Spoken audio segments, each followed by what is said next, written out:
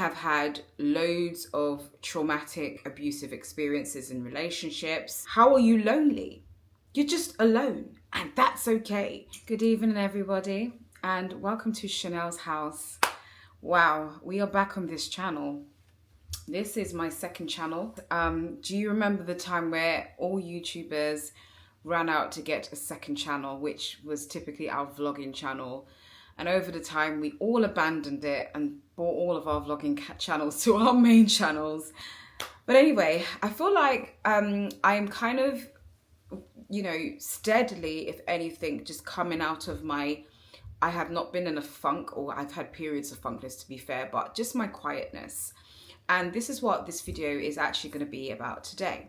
It's going to be about mastering the art of being quiet, mastering the art of being still, loneliness, singleness, and dating post-divorce, and what that's been like for me, because I feel like it's kind of all one thing.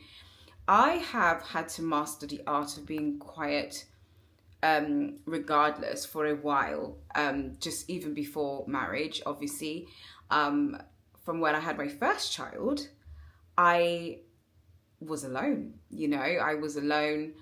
I then got into a marriage that felt like there was obviously two, but quite often I did feel like I was quite,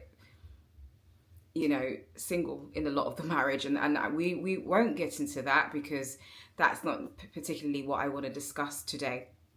But regardless, I think for the longest part of it, I haven't quite mastered the art of loneliness or quietness or, being alone and single.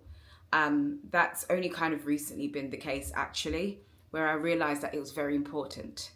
Okay, I'm yapping away, and the reason why I sat down like this is because I am going to be bundling up my hair in rollers because it is the evening, as I said. Right, so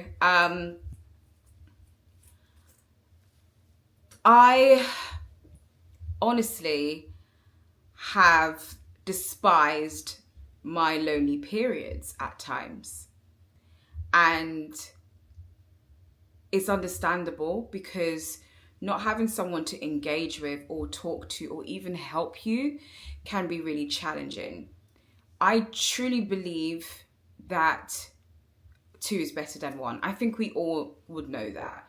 Two is better than one, but two people in agreement, two people who are smart, or two people with an understanding, two people with a plan, two people with,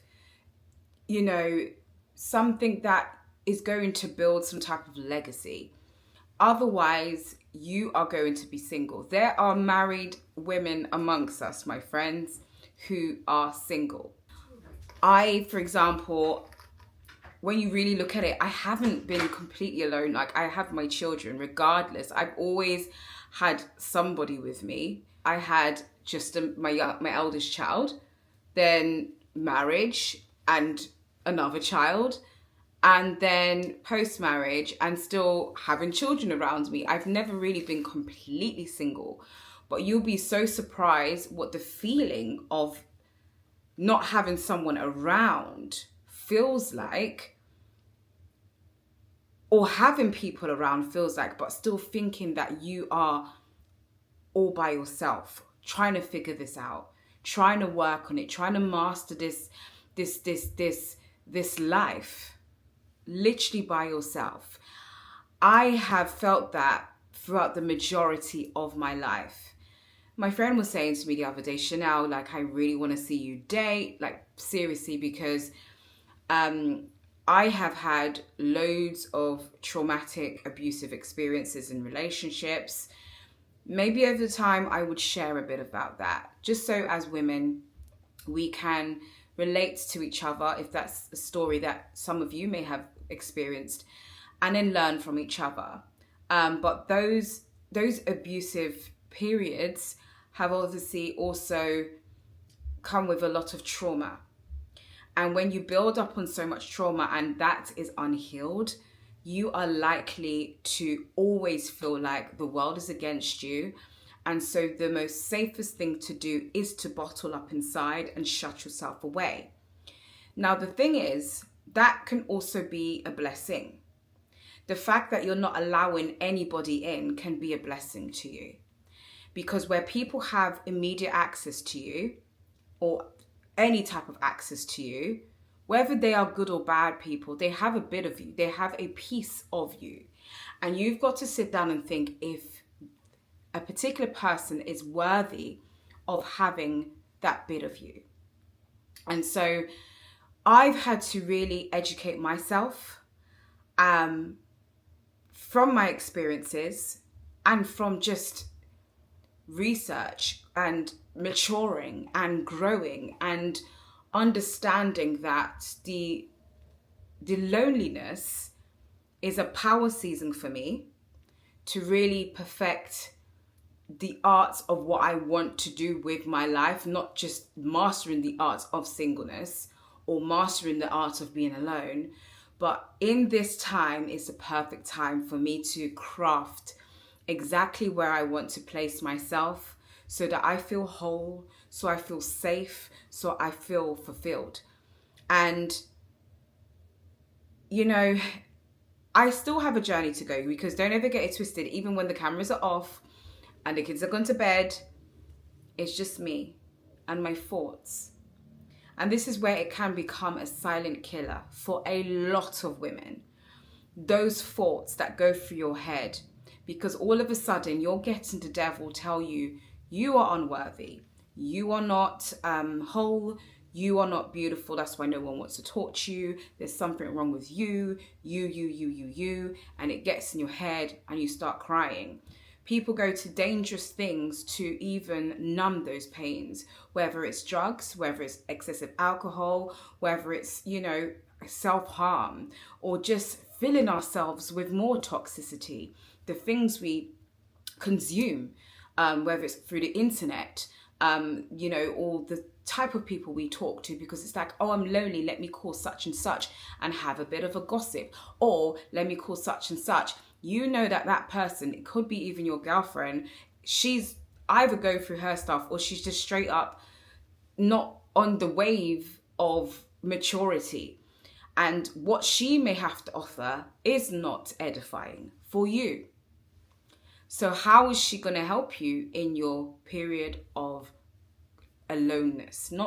I hate saying loneliness, because loneliness is kind of attached to, it feels like a negative connotation to a degree. Wouldn't you agree? It's not, loneliness feels like you have nobody, whereas you've got to always remember, first of all, you have yourself, and you are a person, a living, breathing person with feelings, with emotions, with heart, okay, who's smart, who's beautiful, and you are needed in this world.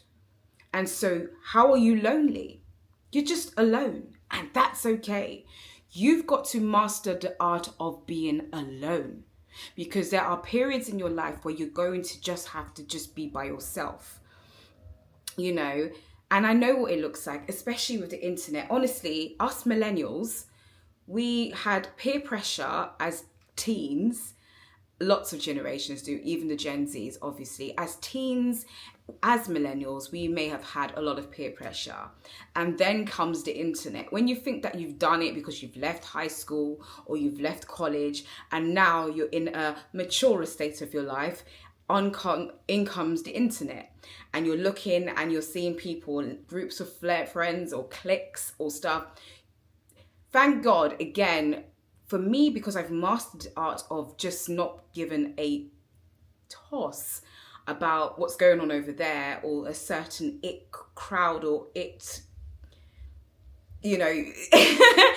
people or whatever.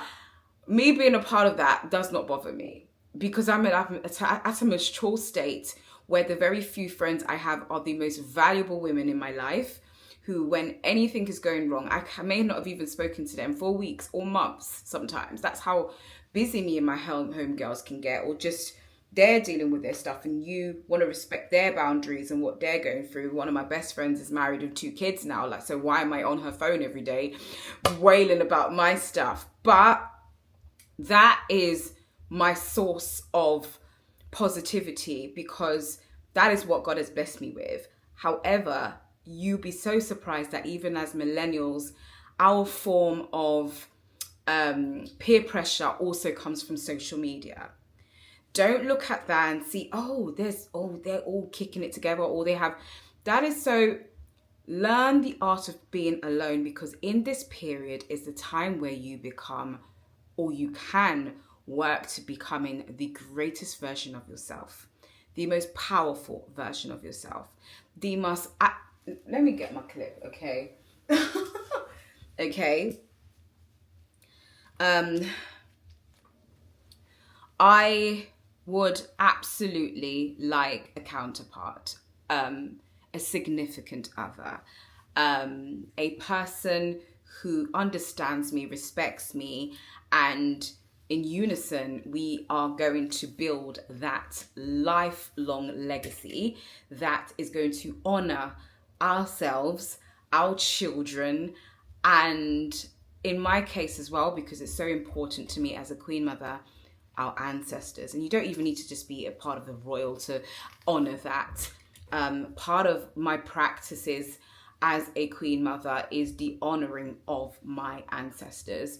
This is why we pour libation, for example. I don't want to get into a religious something about that. Is what we do, is what I like to do. It's where my power and healing has come from, a big part of it. And so that is our honoring thing to do. And, you know, I need to connect to someone who understands that language. In fact, your significant other should be on the same level of faith as you, if not more, so that they can pour into you. Or if there's moments where you need to pour into them, you also need to be built up as well. And so we don't want to settle for mediocre. That is never the option, my friends. Your option really should be somebody who is so secure in themselves and so confident in themselves. They may not be perfect, but they understand who you are and your service as a queen, as a woman of God, as a powerhouse. And so therefore, who you are never scares them. There could be multiple versions of you, and every phase of you, which is crafted in its own beauty, is appreciated by that significant other. Until then, my friends, yes, date, get to see who's out there, but don't lock yourself into anything. Because when I tell you, people can be a breaker in so many different senses. Your heart, your mind, your spirit. When I tell you, the devil is out there to devour the most precious thing out there. I always say this to myself, because this is one thing that people say to make me feel bad, that like I have multiple, like I can't work you out, you're so different. Or even if they're not trying to make me feel bad, it's something you've noticed, fair enough. I will put my hand up and say, absolutely, there is not one side to me. I am a rare gem, a diamond. And what does a diamond have? It doesn't just have one flat surface. It has multi layers or multi surfaces. And what does that make you? A rare find. You ain't ever gonna get another Chanel Boating or another Nanama Furua. You're not gonna get another one. This is me. And I come in various forms. I show up as a queen in her regality, in the settings that I need to. Okay? When I go to the palace or when I go to the courthouse, I'm her. Okay? And if you're coming across me for the first time, I just needed to share. I'm actually a queen mother from the Ashanti Kingdom, okay? My family, I'm from a royal family, and I'm currently on the throne as a queen, serving as a queen for my community back home and globally. And so I know that sounds wild, but that is the beautiful legacy that I'm from. And, you know, one of my great grandfathers is a very powerful, was a very powerful king from the Ashanti Kingdom. That being said, I am not normal. The other day, I said something to someone and he said, "You are not normal." I said, "I'm not normal. You know this." They had a point of what they wanted to say to me, but basically they clapped back with, "You're not normal." And it's like, man, you know I'm not normal. So what is that? Like, I'm absolutely not. I am not. I am different people in one body. I will show up as a queen, as I said, in her regality. And then I can kick it with my homegirls and I'm being me in a way of just being a girl or a woman. And then I'm a mother and I'm nurturing. And then I can show up as a boss and come before my team and work with my team and get work done. And then I can roll up as a mandem. What do you mean? I am from London and I grew up in Harlesden. So of course you're even going to get that side of me as well. But then also I was at a very, very high neck arts and culture type of setting, and they were all chuckling and laughing away with me because of my charisma. That being said, I am not one person. And a lot of people are like that, but they are afraid to embrace it because they're scared about what people think, all the negative feedback you'll get. Like, who are you anyway? I am this person, that person, and this person, and that is okay. Right? And dating is one of those things that I've struggled with, if I'm being honest, post-divorce, because some people just can't figure me out, maybe, because what makes them feel okay, they're okay with sticking to somebody who just comes as one layer. Easy to manipulate, easy to take advantage of, easy to say whatever and for them to be okay with it. But never okay for somebody to show up with assertiveness. And assertiveness not in a rude way, but assertiveness in the way of knowing their power and strength.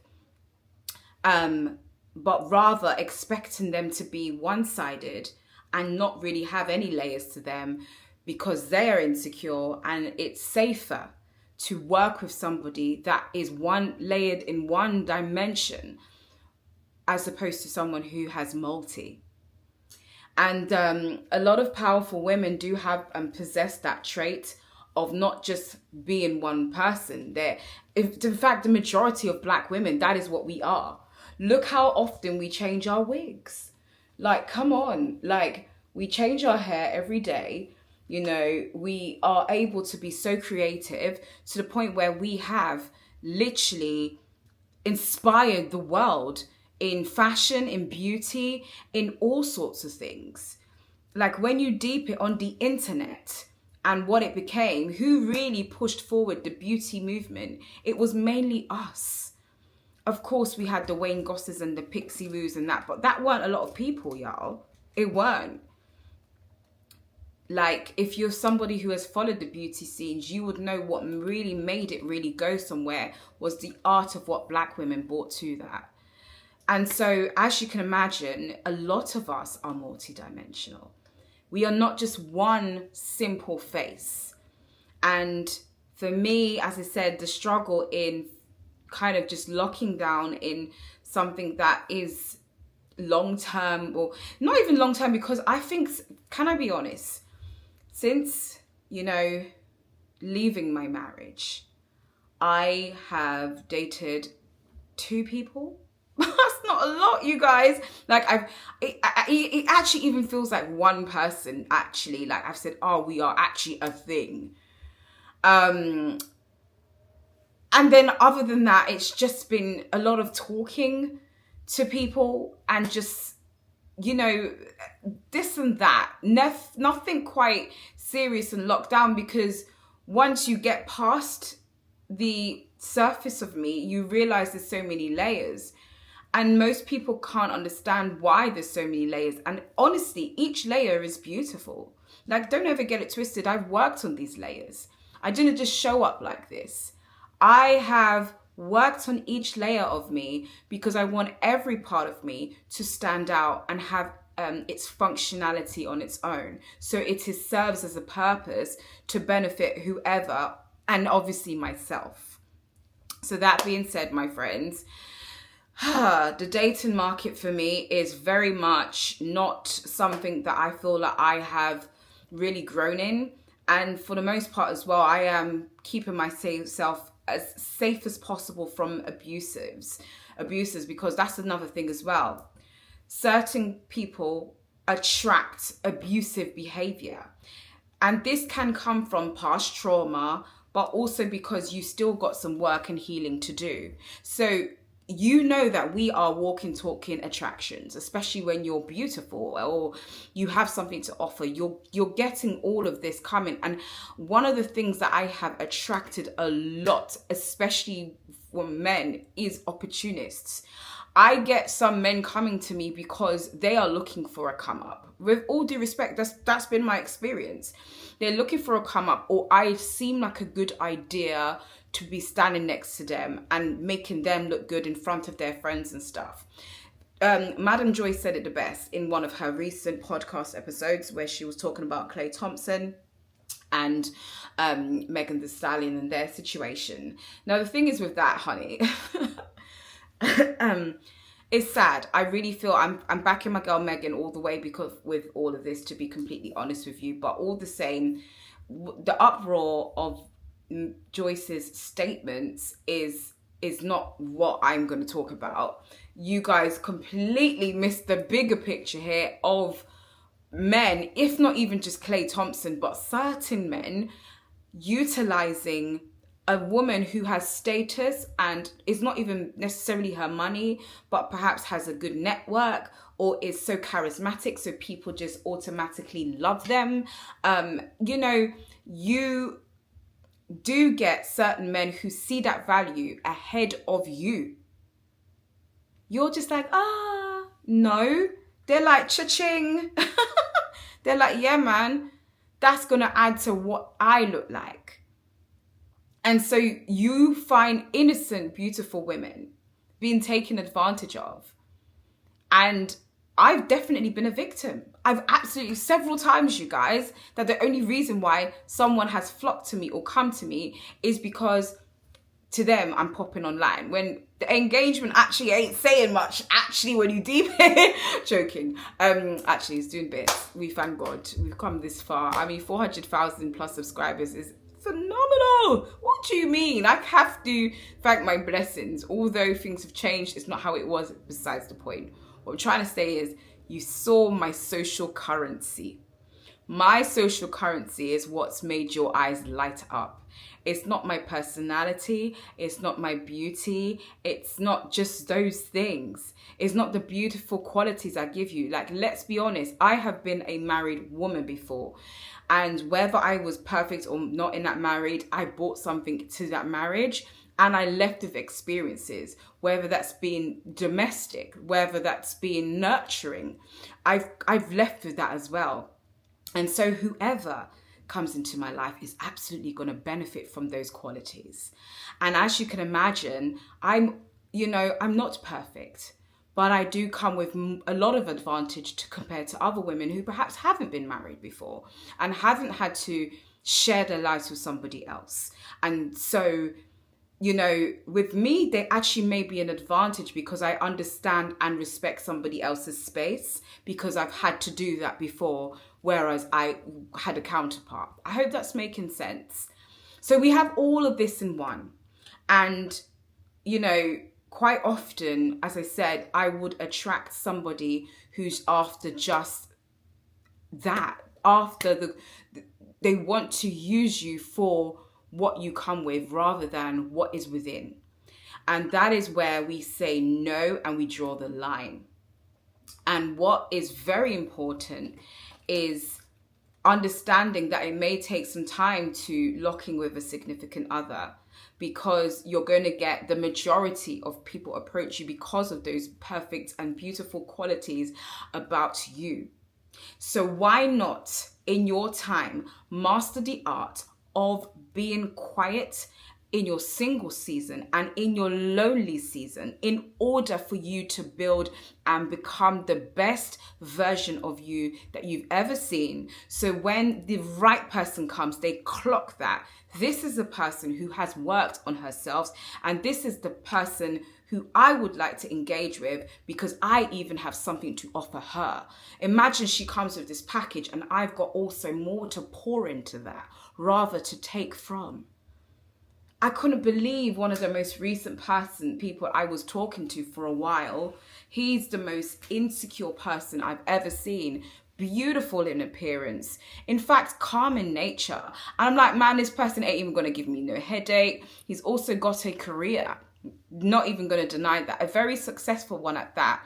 But there's something missing. And most people, we want to fill each other's void, and that's okay. However, the thing that is missing about them, how I'm going to get it is by milking and by using and by, we are not doing that in 2026, ladies. And so mastering my art of being single is the best way that I can, wait in this season of quietness, because it's so needed. It's needed in this specific moment in time so that you can attract the right people when you need to. Or who knows what your plan is. Are you ever going to see anyone again? Am I ever going to marry again? Am I ever going to be in that like that again? Man, I've got plans. Personally, I have got major plans for myself. Like, it's ridiculous. Like the things that I process in my mind daily of where I want to see myself, mate, the distractions from somebody who is not ready, willing, or able to match up to me, I would rather you stay over there and I stay here in my lonely four walls. And it doesn't have to be overly lonely to the point where you don't do anything. This is the time to go for a walk. This is the time to work out. This is the time to journal. This is the time to write your book. This is the time to glam up and look pretty for yourself. This is the time to, kick it with your homegirls and really appreciate that as well. This is the time to travel, if some of you who can do that, solo travel, but just be careful of where you're going and just be safe, of course. This is the time to really explore a version of you that perhaps you've never tapped into. That single time and that alone time.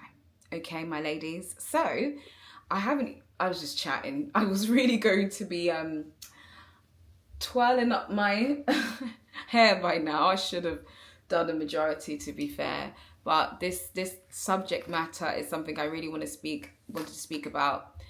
I think I'm ready to talk now, you guys. So welcome back to Chanel's house. I will be doing videos as often as I can. When I feel like it, I'll just press record and show up.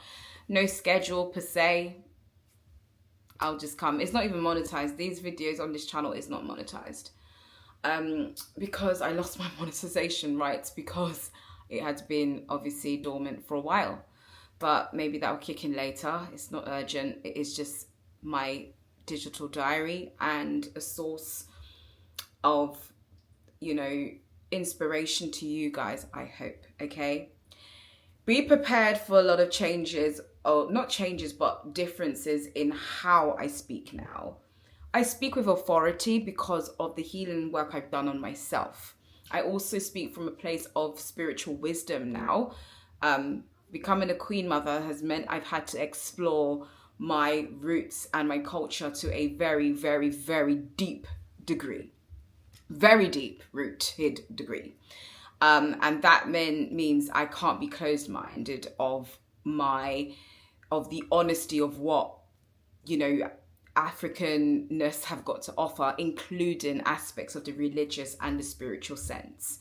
And so that has been a very interesting eye-opener for me.